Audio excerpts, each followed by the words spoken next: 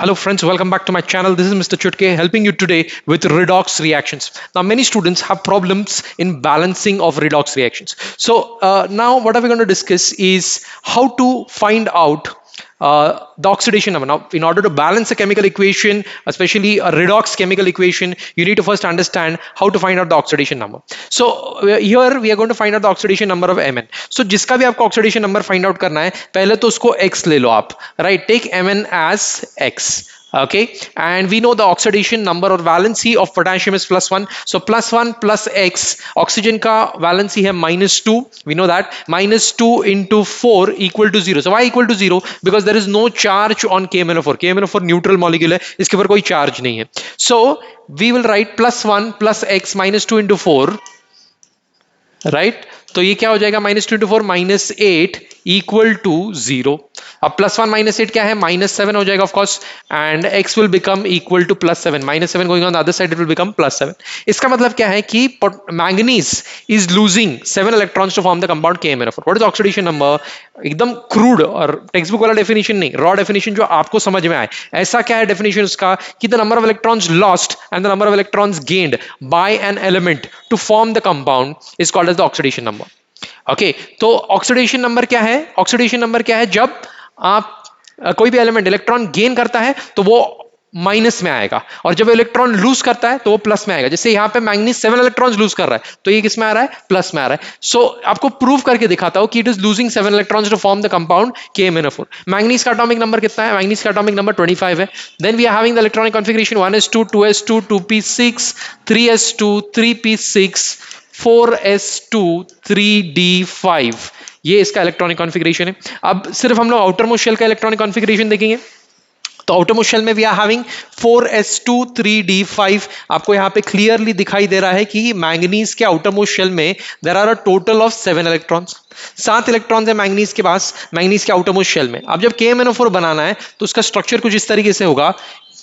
Mn double bond O double bond O double bond O, और यहां पे O K +1 -1.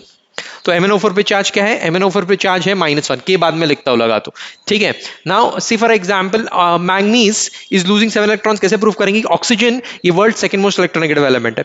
Fluorines के बाद में कौन ज्यादा इलेक्ट्रोनेगेटिव है? ऑक्सीजन. तो ऑक्सीजन इलेक्ट्रॉन्स खींच रहा है. किससे खींच रहा है? मैंगनीज से खींच रहा है. कितने इलेक्ट्रॉन्स खींच रहा है? 2 इलेक्ट्रॉन्स यहां से खींच रहा है. ये वाला ऑक्सीजन 2 इलेक्ट्रॉन्स यहां से खींच रहा है. ये वाला ऑक्सीजन 2 इलेक्ट्रॉन्स यहां से खींच रहा है. सर 2 क्यों खींच रहा है? ऑब्वियसली ऑक्सीजन का एटॉमिक नंबर है 8, इलेक्ट्रॉनिक कॉन्फिगरेशन है 2,6. 2 और इलेक्ट्रॉन की जरूरत है ऑब्वियसली, तो 2 ही इलेक्ट्रॉन खींचेगा ना. तो 2 इलेक्ट्रॉन इस यहां से ले लिया, ये वाला ऑक्सीजन है मैंगनीज से, इधर से 2 इधर से 2, 6 इलेक्ट्रॉन्स लूज हो गए. फिर 1 2 3 4 5 6, और ये ऑक्सीजन 7th इलेक्ट्रॉन ही ले रहा है. सर ये वाला ऑक्सीजन एक ही ले रहा है, बाकी के 2 ले रहे हैं, ये अकेला एक क्यों ले रहा है? ये अकेला एक इसके लिए ले रहा है क्योंकि भाई मैंगनीज के पास में वही एक लास्ट इलेक्ट्रॉन बाकी था. ठीक है, टोटल कितने इलेक्ट्रॉन्स है? 7 इलेक्ट्रॉन्स है आउटर मोस्ट शेल में. 7 में से 6 चले गए, एक ही बचा. ठीक है, ये चाहता तो 2 इलेक्ट्रॉन्स है, बट अभी बचा सिर्फ एक ही इलेक्ट्रॉन है मैंगनीज के पास, तो लास्ट इलेक्ट्रॉन भी मैंगनीज का उसने ले लिया. अब ऑक्सीजन बोल रहा है यार मेरे को और एक इलेक्ट्रॉन चाहिए, क्योंकि वैलेंसी -2, 2 इलेक्ट्रॉन्स की जरूरत है. तो एक इलेक्ट्रॉन मिल गया, किससे? मैंगनीज से. अब और इलेक्ट्रॉन लेना है, किससे लेना है? पोटेशियम से. और एक इलेक्ट्रॉन वो किससे लेगा? पोटेशियम से लेगा. इसके लिए K+1 O -1, no need to write on the charges. ठीक है, तो ये क्या बन गया? KMnO4 का स्ट्रक्चर बन गया. और स्ट्रक्चर में मैंने आपको प्रूफ भी कर दिया कि manganese, yes manganese is losing all 7 electrons. 7 के 7 इलेक्ट्रॉन जो उसके आउटर मोस्ट शेल पे थे, उस सबको दाव पे लगा दिया to form both the compound KMnO4.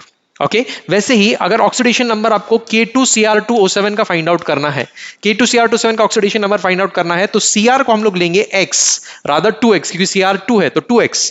Potassium पे चार्ज है +1 into 2, right? +1 into 2 + 2x. Oxygen पे चार्ज है -2 इंटू 7 इक्वल टू 0. पूरे इसके ऊपर कोई चार्ज नहीं है, तो now this will become +2 + 2x -14 equal to 0. +2 - 14 becomes 12. 12 को उस साइड पे भेज दो, -12 को उस साइड पे भेज दो, +12 हो जाएगा, और x का वैल्यू आ जाएगा +6. राइट। तो oxidation number of chromium is +6 in this case, यानी कि एक क्रोमियम एटम ये टोटल 6 इलेक्ट्रॉन्स लूज कर रहा है। चलो देखते हैं क्रोमियम का एटॉमिक नंबर। तो क्रोमियम का एटॉमिक नंबर है 24, इलेक्ट्रॉनिक कॉन्फ़िगरेशन है 1s2 2s2 2p6 3s2 3p6 4s2। Outermost shell का इलेक्ट्रॉनिक कॉन्फ़िगरेशन 4s2 3d, या 4s2 की जगह पे ये 4s1 हो जाता है। ठीक है, आप डी ब्लॉक में पढ़ोगे कि 4s1 क्यों होता है। 4s1 3d5 बोलने का मतलब आउटर मोस्ट शेल में we are having a total of 1 plus 5, that is 6 electrons. कितने इलेक्ट्रॉन्स है? 5 plus 1 6 अनपेयर्ड इलेक्ट्रॉन्स है किसके पास? क्रोमियम के पास। और देखो स्ट्रक्चर देखो क्रोमियम का, मतलब पोटेशियम डाइक्रोमेट का, CrOCr double bond O okay, double bond O okay, that means potassium chromium is losing a total of 6 electrons. Again, oxygen is the world's second most electronegative element, तो oxygen यहां से 1 2 3 4 5 6 electrons ये chromium से लिए जा रहे हैं। That's why chromium का ऑक्सीडेशन नंबर कितना है? +6। ये इस मेथड से भी कैलकुलेट कर सकते हो, और ये कैलकुलेट करने के बाद में +6 कैलकुलेट करने के बाद में यहां पर मैं प्रूव कर रहा हूं, क्या प्रूव कर रहा हूं? कि chromium, yes, chromium is losing 6 electrons. तो ये वाला क्रोमियम 6 इलेक्ट्रॉन्स लूज कर रहा है, ऑब्वियसली ये वाला क्रोमियम भी 1 2 3 4 5 6 इलेक्ट्रॉन्स लूज करेगा to form the compound potassium dichromate K2Cr2O7। ठीक है, तो ये है ऑक्सीडेशन नंबर फाइंड आउट करना। एक लास्ट एग्जांपल ले लेता हूं आपके लिए क्विकली, ताकि आपको समझ में आए कि how to find oxidation numbers. ठीक है, तो सल्फर का ऑक्सीडेशन नंबर फाइंड आउट करना है। सल्फर को X ले लो यहाँ पे, राइट। सोडियम का ऑक्सीडेशन नंबर +1 है, +1 into 2 plus X minus 2 into 4 equal to 0, right. So this will become +2 plus x minus 8 equal to 0. X will become +2 minus 8 minus 6 उस साइड पे जाएगा, क्या मिलेगा? +6। तो सल्फर का भी ऑक्सीडेशन नंबर क्या आ रहा है? +6 आ रहा है। ठीक है, अच्छा, अगर कोई किसी का से फॉर एग्जाम्पल कोई भी एलिमेंट है, जैसे कि ले लेते हैं Mn, या Mn तो ले लिया हम लोग ने, दूसरा ले लेता हूं C2O4 -2। तो इसमें कार्बन का ऑक्सीडेशन नंबर फाइंड आउट करना है। अभी इसके ऊपर चार्ज है, ओके। तो C कितना है? कार्बन, X ले लेंगे 2x because there are 2 carbons, -2 into 4। अभी तक हम लोग इक्वल टू 0 लिख रहे थे क्योंकि इसके ऊपर कोई चार्ज नहीं था, लेकिन अभी इसके ऊपर एक चार्ज है। वो चार्ज क्या है? -2। तो इक्वल टू 0 नहीं लिखेंगे, इक्वल टू -2 लिखेंगे। तो आंसर क्या आएगा? 2x - 8 equal to -2, right. तो 2x, x -8 उधर चला जाएगा, -8 उधर जाने के बाद में +8 हो जाएगा, +8 -2 will become 6 and x will become +3।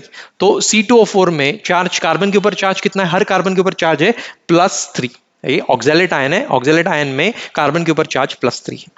ठीक है, अब उसकी स्ट्रक्चर वगैरह प्रूव करने की जरूरत नहीं है। चलो अब यहां पे आ जाओ, एक न्यूमेरिकल सॉल्व करते हैं।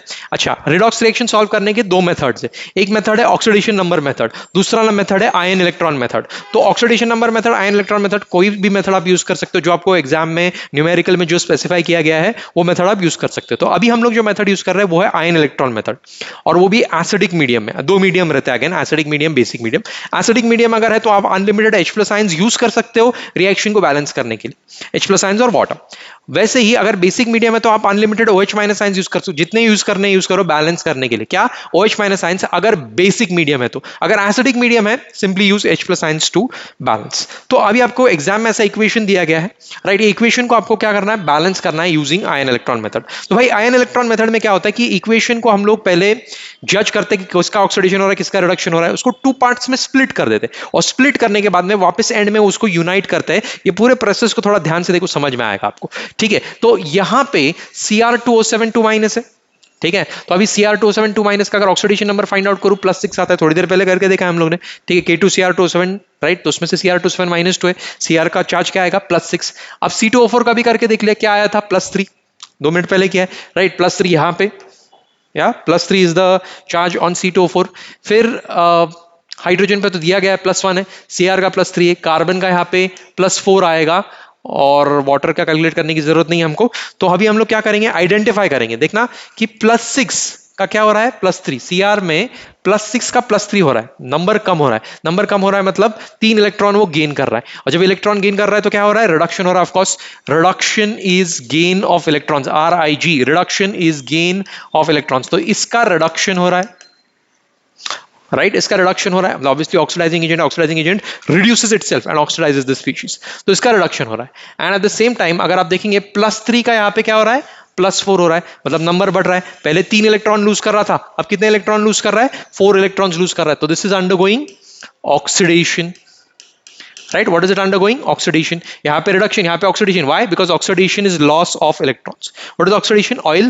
Oxidation is loss of electron. पहले 3 इलेक्ट्रॉन लूज कर रहा था, अभी 4 इलेक्ट्रॉन्स लूज कर रहा है। ठीक है, तो अभी हम लोग ये दोनों इक्वेशंस को क्या करने वाले, स्प्लिट करने वाले। किसमें स्प्लिट करने वाले? Into oxidation half and reduction half. Oxidation half को अलग, रिडक्शन हाफ को अलग, स्प्लिट कर दो। ले लो Cr2O7, Cr2O7 2-, यहाँ पे +6 फाइंड आउट कर रखा है हम लोग ने ऑक्सीडेशन नंबर। ठीक है, इज गिविंग यू Cr3+। ठीक है, वो H+ और H2 का क्या करूं सर, उसको छोड़ दो, उसका टेंशन मत लो, वो बाद में एंड में बैलेंस हो ही जाएगा वो।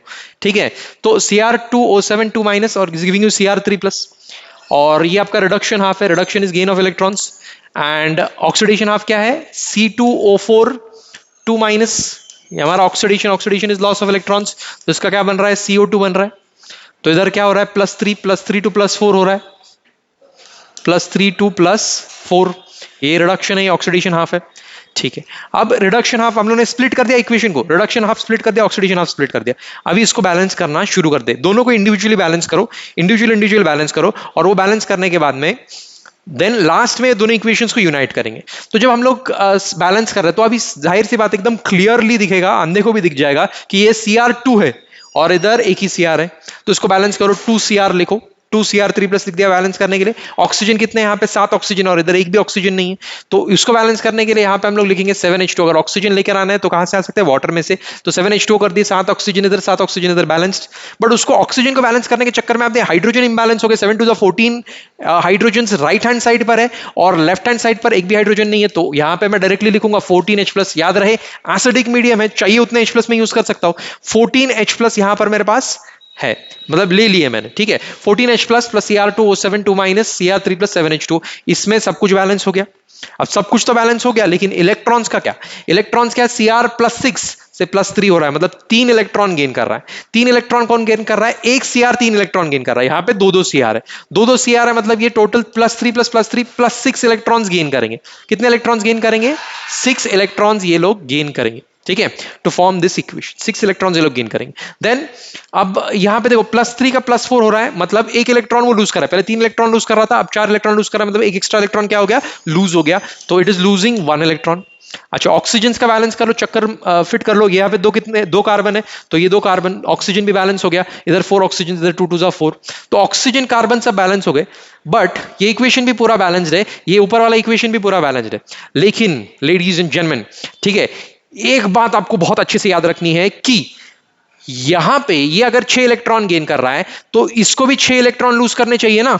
If this one is losing 6 electrons, this has to, if this one is gaining 6 electrons, this one has to lose 6 electrons. Say for example, एक बंदा चल के जा रहा है, उसके पॉकेट में होल है, person A is walking on the road, उसके पॉकेट में होल है, 10 रुपए का कॉइन उसका नीचे गिर जाता है, पैंट के पॉकेट में होल है, 10 रुपीज का कॉइन नीचे गिर जाता है, पीछे से पर्सन बी आ रहा है, पर्सन बी जो आ रहा है उसको 10 रुपए का कॉइन मिलेगा, ऑफकोर्स उसको 20 रुपीज नहीं मिलेंगे, उसको 5 रुपए का कॉइन नहीं मिलेगा, 1 रुपए का नहीं मिलेगा, 10 रुपए का ही मिलेगा, क्योंकि सामने वाले ने 10 लूज किया।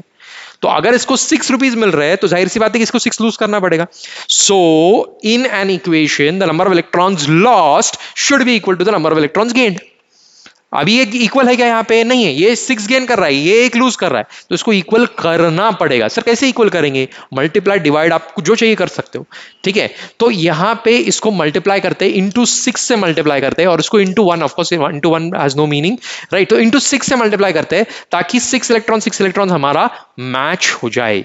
ठीक है, तो अभी इसको जब 6 से मल्टीप्लाई करेंगे तो हमको यहाँ पे 6C2O4 2- मिलेगा, 6 2 यहाँ पे 12 हो जाएगा, और यहां पे 6 इलेक्ट्रॉन्स हो जाएंगे मल्टीप्लाई करने के बाद।